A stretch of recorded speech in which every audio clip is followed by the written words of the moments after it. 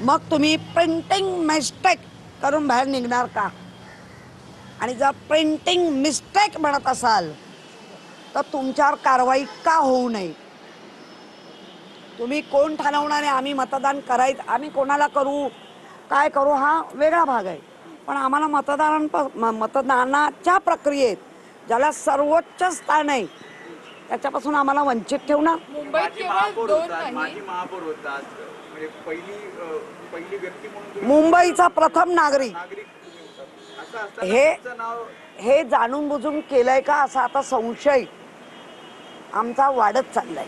मुंबईत 103 बार नाव असणारे सुद्धा अनेक मतदार आहेत. 4 लाख लोकांची नावं वारंवार घेतल्यामुळे तब्बल 11 लाख बोगस मतदार तयार झालेले आहेत. 103 वेळा नाव नोंदवणी करता पण यंत्रणा काही करत नाही.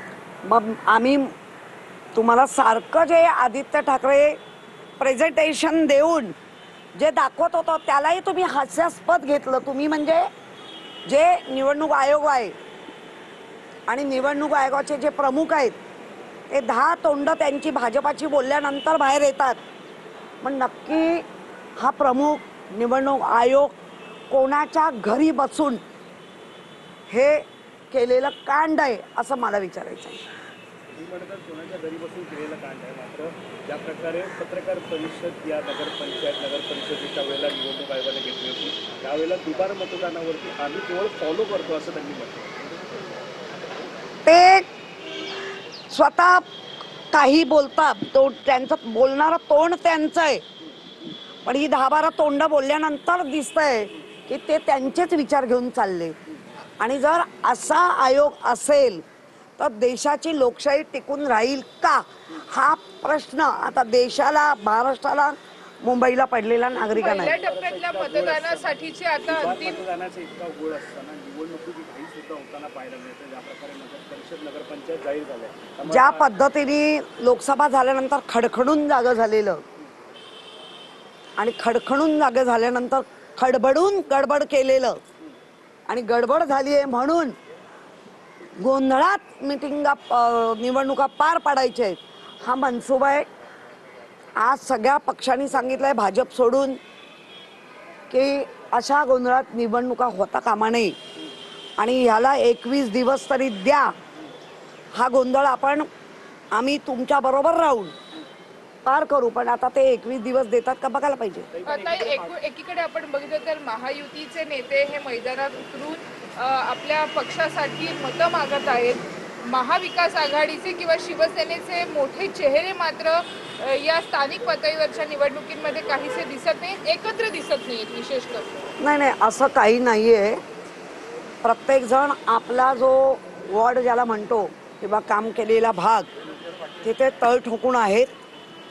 ह्यांच्यासारखी खोटं बोल पण रेटून बोल हे कार्यक्रम आम्ही करू.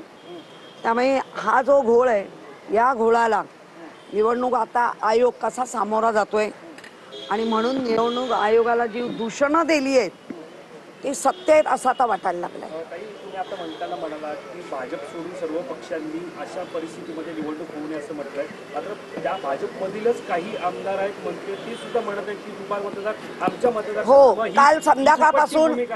काल संध्याकाळपासून त्यांच्या भूमिका बाहेर यायला लागल्या काही आमदारांच्या, मंत्र्यांच्या. कारण त्यांच्या वॉर्डमध्ये पण गोंधळ घातलाय आणि जास्त तो गोंधळ म्हणजे आत्ता वरवर जे दिसतंय ते शिंदे ग्रुपमधनं आलेल्या आमदारांमध्ये फार मोठा गोंधळ करून ठेवलाय. एक वेगळा प्रश्न आहे. मुंबई महानगरपालिकेकडून एक नवीन नियमावली जाहीर करण्यात आलेली आहे. फॅमिली डॉक्टरला मृत्यू नोंदणीसाठी आता स्वतः महानगरपालिकेमध्ये जावे लागणार. त्यामुळे अनेक फॅमिली डॉक्टर हे वैतागलेले आहेत. त्यांचा दवाखाना बंद करून त्यांना जावं लागतं. खरं म्हणजे काही निर्णय जे होत आहेत महानगरपालिकेमध्ये ते लोकांना त्रासदायकच आहे. म्हणजे मृत्यूचं सर्टिफिकेट द्यायचं की नाही एवढे डॉक्टर रिकामी असले पाहिजे ना. कारण त्यांचा स्वतःचा एक व्यवसाय आहे. एक बुक दिल्यानंतर एंट्री होते. त्या एंट्रीनंतर त्या बुकच्या प्रत्येक पेजचं कोणाला दिली ती एंट्री ते महिन्याअखेरी कळवतात. मग तुम्हाला डॉक्टर का पाहिजे? म्हणजे सरसकट जो लेबर आहे त्यापासून ते अगदी उच्च डॉक्टरांपर्यंत छळणूक आहे. आपण फक्त राणीच्या बागेतील शक्ती वाघिणीचा मृत्यू झाला. 1 आठवड्यानंतर शक्ती वाघ वाघाचा मृत्यू झाला. जवळपास 8